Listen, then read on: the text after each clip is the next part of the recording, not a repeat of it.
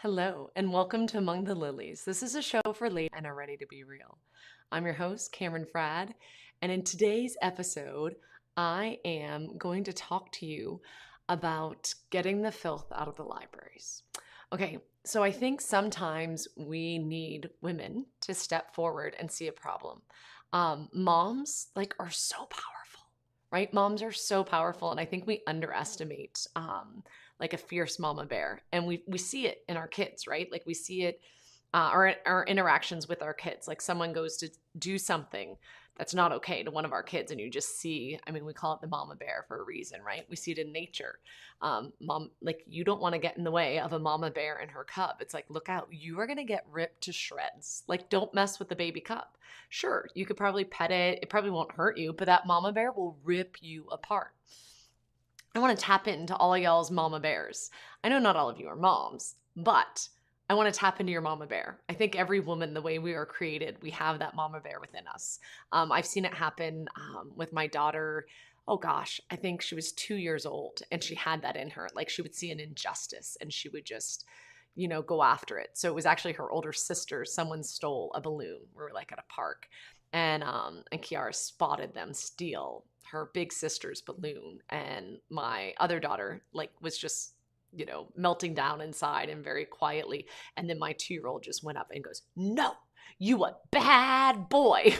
Abla balloon, like stole the balloon back, yelled at him no, kept pointing her finger and waving in his face. And my daughter was probably 2, so she's like this tall. And this other boy was like 5 or 6, and he was this big, like double her size easy. But she went up to him and wagged that finger, and the kid was scared. He's like, all right, there you go. I have the balloon back. No big deal. I didn't know it was such a big deal. But yeah, like don't mess with the mama bear. So that mama bear instinct was tapped into this girl, my daughter Kiara, when she was like 2 years old. And she just, yeah, she's always stood up for little people, right? And it's like, no, you've got to help out this person, especially people that are defenseless. I want to talk about our libraries and what's going on in our libraries right now. I think that we have conceded ground and it's not okay. I was talking to a friend of mine after church, I don't know, a few weeks back, and she had asked if I had been in the local library this month. And I said no, because two things with me in libraries. I am really good about paying money to the library in my late fees. So our old town where we used to live, I gave Forsyth County Library $100 a couple of times in late fees. Can you believe that? And I just haven't gone that much here. When we lived in San Diego, there was multiple books that were not okay for my children that they sometimes would pick up, and it looked like an innocent book, but it was pushing an agenda that we did not believe in, and an agenda that we didn't want to expose our children to. And that's what I want to talk to you about today. I think that this month, the month of June, is Pride Month, and now everybody's got on board. I feel like I remember when it was just Starbucks and it was like, oh, you get the rainbow sprinkles this month, or the rainbow straw, or this special. I remember my mom even was like, look at this great cup I got from Starbucks. And I was like, Mom, that's a Pride Month cup, right? And she's like, no, I just thought it was really colorful. And I was like, yeah, that's a Pride Month. She's like, oh, well, I like the cup. I'm like, all right, that's fine. And I think that's fine. If you like the cup, buy the cup.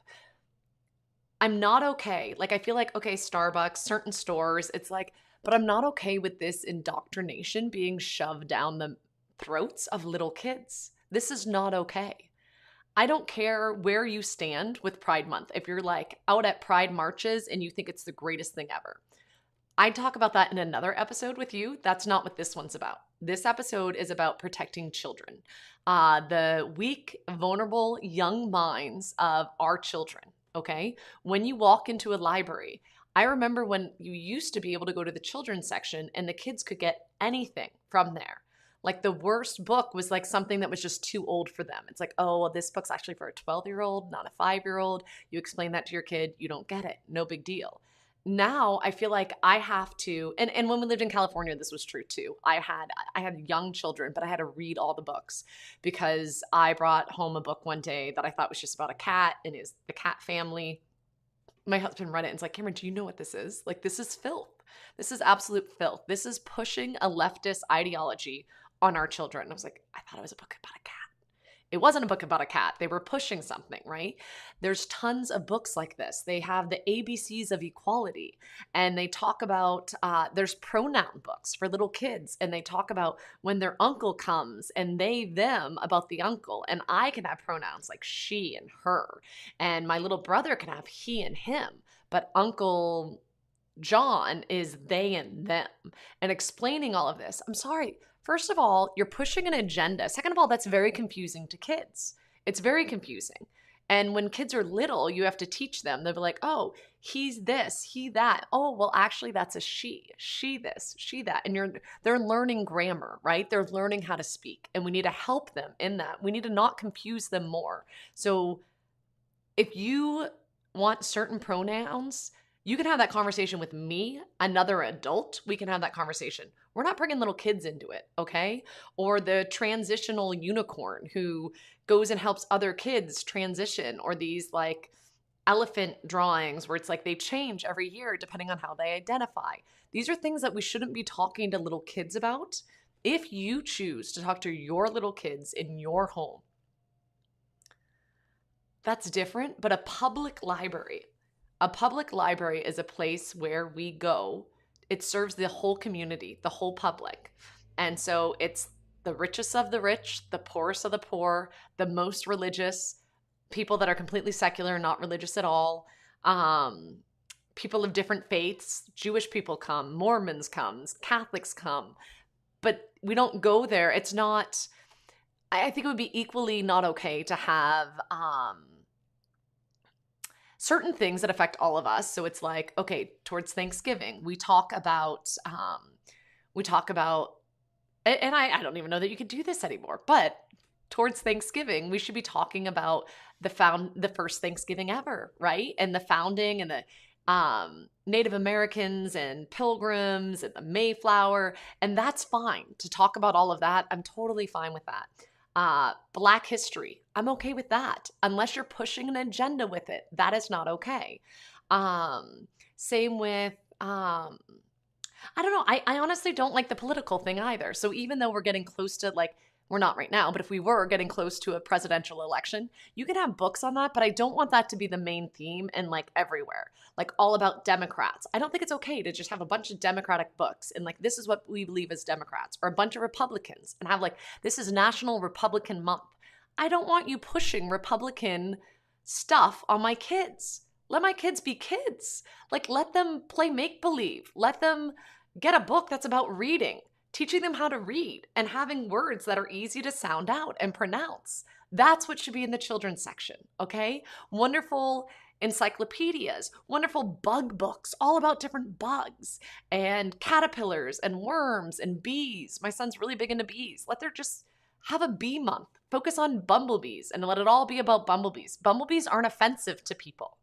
And if they are, they shouldn't be, right? But let's do things like this. Pride Month shouldn't be a thing in the local library. I'm sorry. It just shouldn't. And it definitely should not be full-on display, front and center, where it's confusing kids. I feel like we're in a really weird situation where I saw this. I don't even remember where I saw it. It was probably on YouTube, but it was, I think most of us have heard now about the whole drag queen thing that there's drag queen story hour. And it's like, why did we think that it was okay to bring a drag queen into the library to read books to children? There's also like a pet thing where they bring in like a service dog and read to kids. I'm totally fine with that. If my kid's afraid of dogs, I'm not going to bring them in. Or actually, I probably would bring them in. If my kids were afraid of dogs, I bring them in because I'm like, this is a good, safe dog. And my child can hear a story read by the librarian and pet the dog. Not a problem. I used to take my kids to the library all the time. Every Wednesday, we would go for story time. Every Tuesday, we would go for the puppet time. And there would be ladies hiding behind, and I think there was a guy that worked at the mall. So the guy that worked at the mall, and then a bunch of ladies would hide behind cardboard boxes that were painted pretty colors and do puppets. And it was a puppet show, and they talk about different books, and they pick a book to read to everyone. Our library was very good about picking books that were universal. Okay, we're not just going to focus on this very small group. We're focused on a book that everyone will enjoy, right? So we did Dr. Seuss for is it July? I don't know. There was like a Dr. Seuss month or day or week or something. And so we did Dr. Seuss that time of year. It changed throughout the year and we did kind of themes. So we talked about fall in the fall and it was about leaves changing colors. And then the kids would do an activity where they'd chase leaves and draw them. And it was beautiful. And it was just good, clean, wholesome fun. I would be at the library sometimes and there would be a kid there that had two moms. I would be there, just me, by myself with my kids because my husband worked during the day. Someone could maybe have assumed that I was a single mom. There was people in that room that were single, married, divorced. Some people came with their grandparents. Some people came with a neighbor. Nobody was judging, but we weren't all trying to push and be like, you need to talk to your kids about divorce because I'm a divorcee. You make sure they know what it means to be divorced. Like that would be so not appropriate. I think we'd all be like, whoa, back up. Let's not read a book about divorce. I'm okay that a book about divorce exists because if that is your family, if you're trying to explain that to kids, I get it. But I don't want it to be a big thing that's being pushed at me and my children and my family. I will talk to them about that in a way that I find appropriate at certain ages. But it's the sexualization. That's the problem I have. I don't think anyone should be talking to my children about sex except for me and my husband, okay? We're going to have those conversations with our kids and we're going to do it in an age-appropriate way. We're going to have that conversation when our child is at an age where they can understand. So when our kids were really little, where do babies come from? Well, a mommy and daddy love each other very much and we give of ourselves to each other and that love overflows. And 9 months later, sometimes you have to name it and that's a baby. You are the overflow of love from me and daddy. That's simple, very easy. Eventually, as they get a little bit older, we talk about either we have a friend that's pregnant or maybe I was pregnant. And it's like, whoa, what's going on here? And it's like, oh, well, babies grow in a mom's womb. It's really wonderful, amazing, and beautiful. You grew in my womb. And we talk about that. We talk about breastfeeding, but I do it with my children in an appropriate way. If I went to the library and the woman started talking to my kids about the way babies are born and shows a vagina diagram and this is how a baby comes out, I'd be like, this is inappropriate. These are little kids. Like, I'm glad that you feel comfortable talking to kids about it. Go home and talk to your kids about how the baby comes out of the vagina. I had a C-section, so my child came out of my stomach, not my vagina. And if that makes you a little uncomfortable, I'm sorry, but the Pride Month LGBTQ agenda is that much more offensive for your children. Maybe you don't see it because maybe you're like, it's just a lot of rainbows and it's a lot of being inclusive and kind to everyone. No, it's not.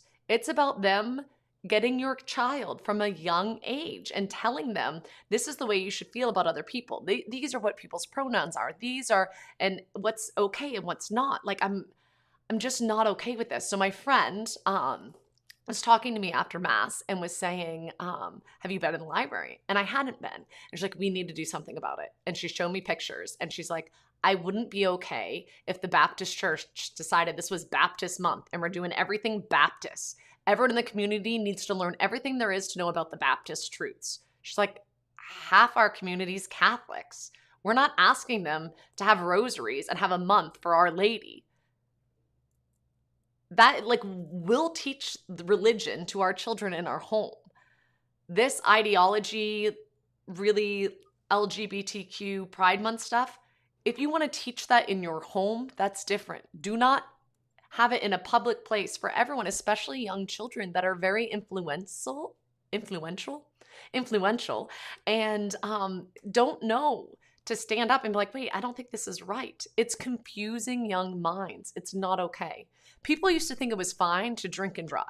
Like, it's not a big deal. I'm just having a beer. I'm just going to drive. No big deal. People started driving because drinking and driving. Nobody made it a thing until a bunch of moms got together. What is it called? I think it's called MAD, Mothers Against Drunk Driving, MADD. Yeah, they made it a thing.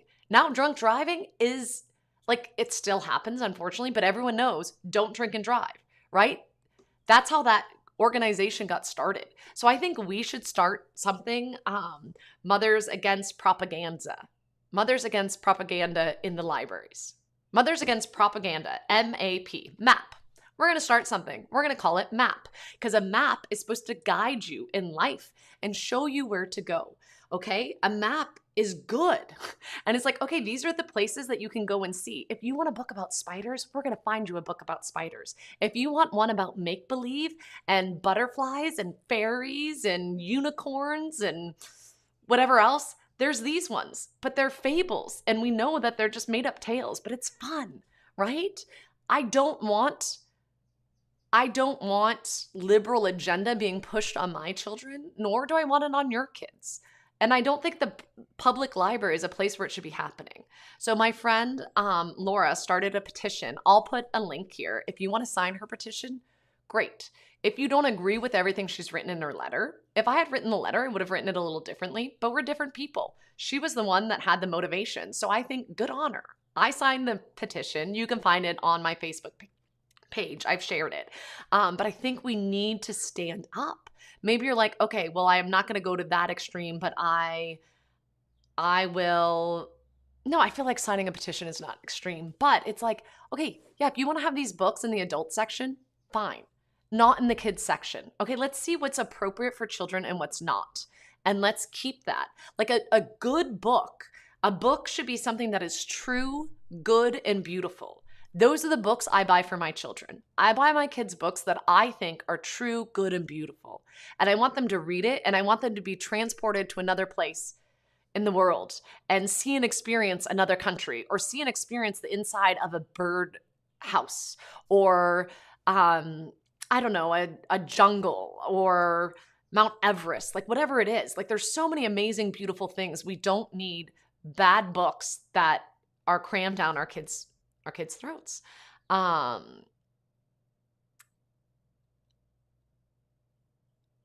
Oh, yay. Greetings from Finland. Okay, so someone just wrote from Finland saying that they didn't have any pride, anything at their library. Well, good for you. Way to go, Finland.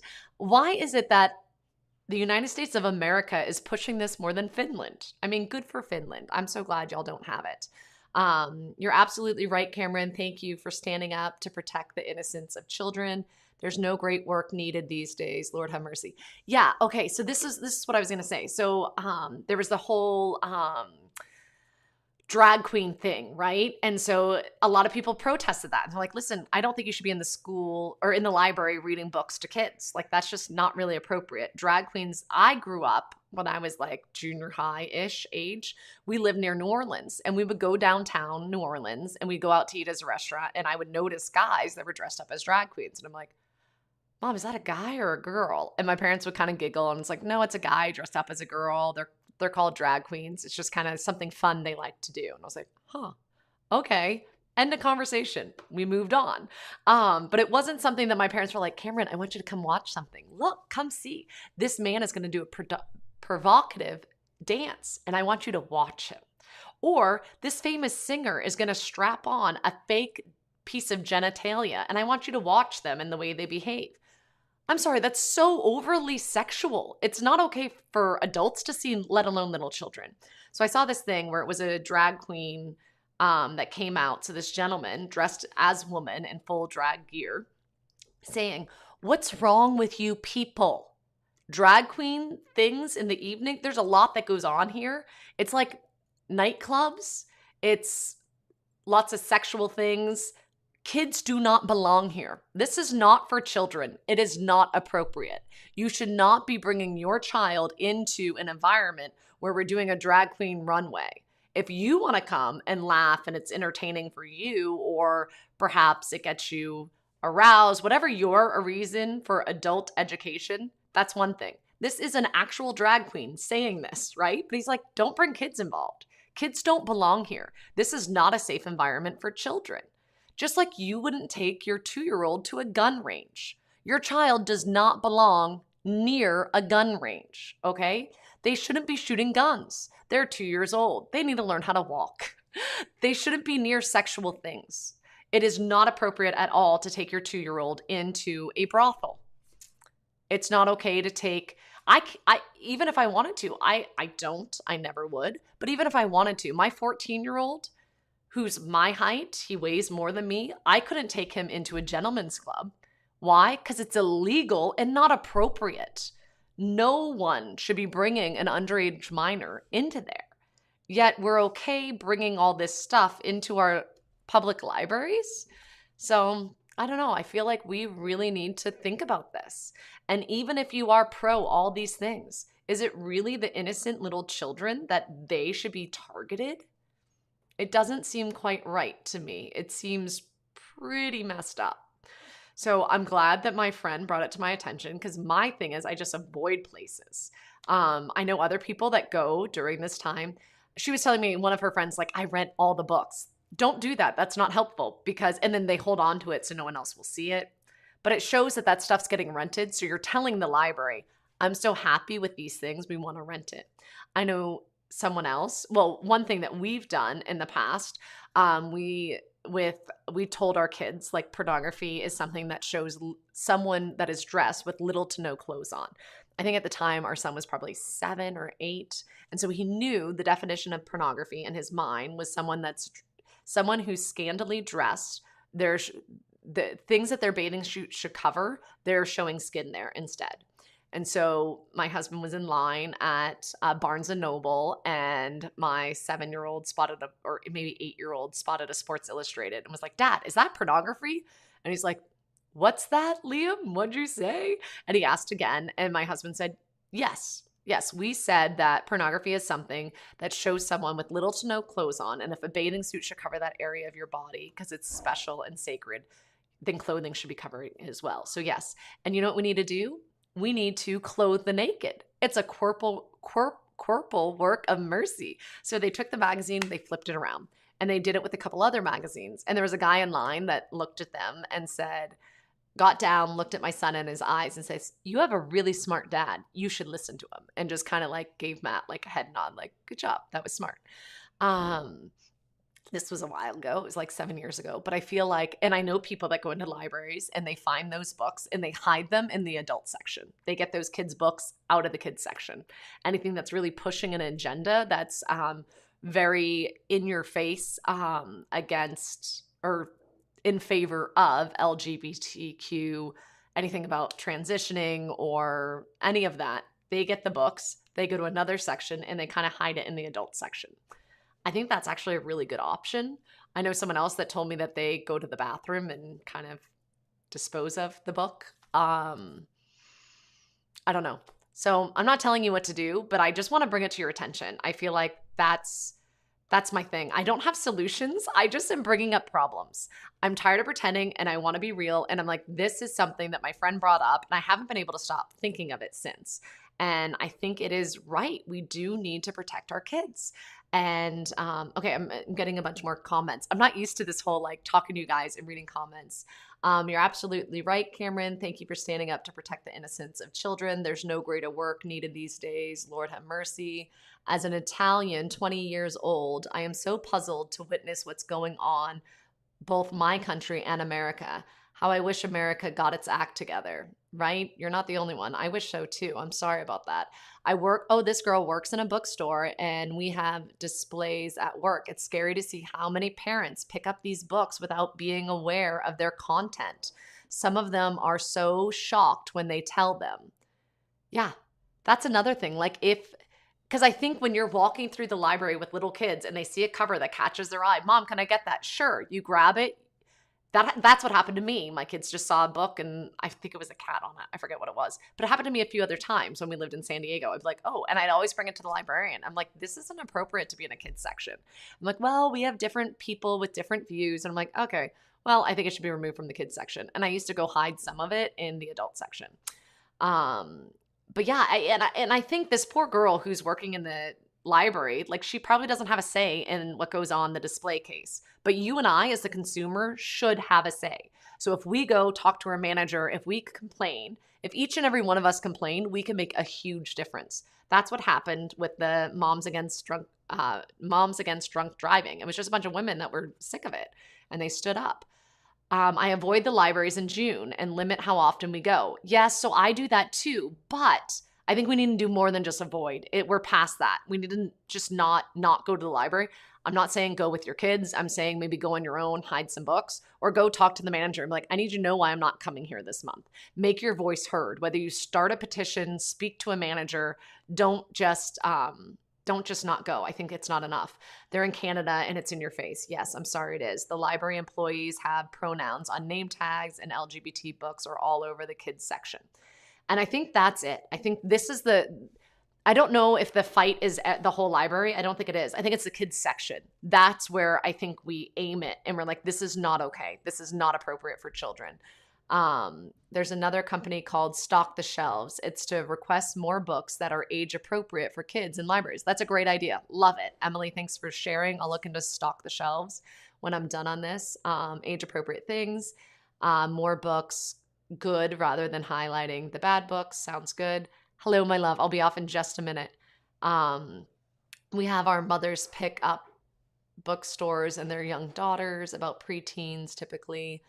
Have to pull them aside and let them know it's full of smut or age-appropriate content. Being the only Catholic, there's the youngest. The only thing I can do to help these kids. Yeah, I think that, I think not exposing our kids to it, step one. But step two is, what can we do to just get it out? And I think flooding it with good books is also a good idea. Our old house, we used to have a library, like a free library in front of our house. Really cool free library box that a friend made with my husband. And we want to get one made here. And we just stacked it full of good books. And then whenever there was bad books that were put in, and it was more like romance novels and stuff that it's just like, nobody should be reading this anyhow, we just kind of secretly discard it and just keep it full of good books. And that's one thing that we want to do here. I think my friend's right to start this petition. I hope that it goes well. I hope the libraries do respond. We live in a kind of unique community where there are a lot of family valued minded people. And I know that there's way more of the family-minded people than there are the LGBTQ awareness. There's a lot of people in between, but I think it takes us standing up and saying, this isn't okay. We don't want this in the bookstore. This is a public place for everyone. So that's what we're doing here locally. Well, my friend started a petition. I'm going to sign it. I'm going to go in and talk to the manager of the library. I'm doing this to motivate you to do something. I think just avoiding the library for this month's not good enough anymore. That's what I've done for a while. And maybe you're like me and you're like, what can I do? Well, you could do a lot. Like, you're a fierce mama bear. You have that inside of you. Tap into it and go do something. So this girl, I don't even know you work at a bookstore, but challenge people that live around you to complain to the manager, to the owner. I'm picturing you're at a small store. I don't know if that's true or not, but talk to people. You let your voice be heard as well. Let them know, I don't think this is appropriate. Like, there's been some parents that are upset.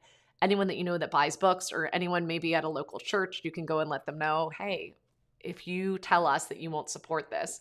My husband was a kid. I don't know how old he was, but he was a teenager. And there was a local chip, and it was like a gas station store, convenience store type thing. And there was two of them, and he really preferred this one over another one, but he was selling pornography magazines. And my husband and a friend of his said, we're not going to shop at your store anymore because of this. And they're like, well, it drives business. We have a lot of people. And like, okay, just so you know, we're not going to go anymore. And we're going to tell everyone else in town not to go. And eventually the guy removed the filthy magazines. And it's like, well, I'd rather have more business. It comes down to business a lot of times with these people. Like the guy said, he's like, I'm not trying to push dirty magazines on people. I get that they're, anyhow. So he was just like a teenager in a country town, but him and a couple of friends got them to get rid of the filthy magazines. So if he can do that in a small town, I figured you and I can do this in our local libraries, right? Let's do something. Yeah, this is the time in which we find ourselves living, right? The Lord is putting a desire on my heart, and hopefully on your heart, my friend Laura's heart. A fire was lit under her to do something about this, and not just stand by and be like, this stinks that our libraries does this every June, because it's getting worse every June, right? So do something. Write in the comments what you're doing. If you have another organization such as the Stock the Shelves, love it. Let's pull resources. Let's communicate with each other. Let's encourage one another, and let's help protect kids. All right. Thanks so much. God bless. Bye-bye.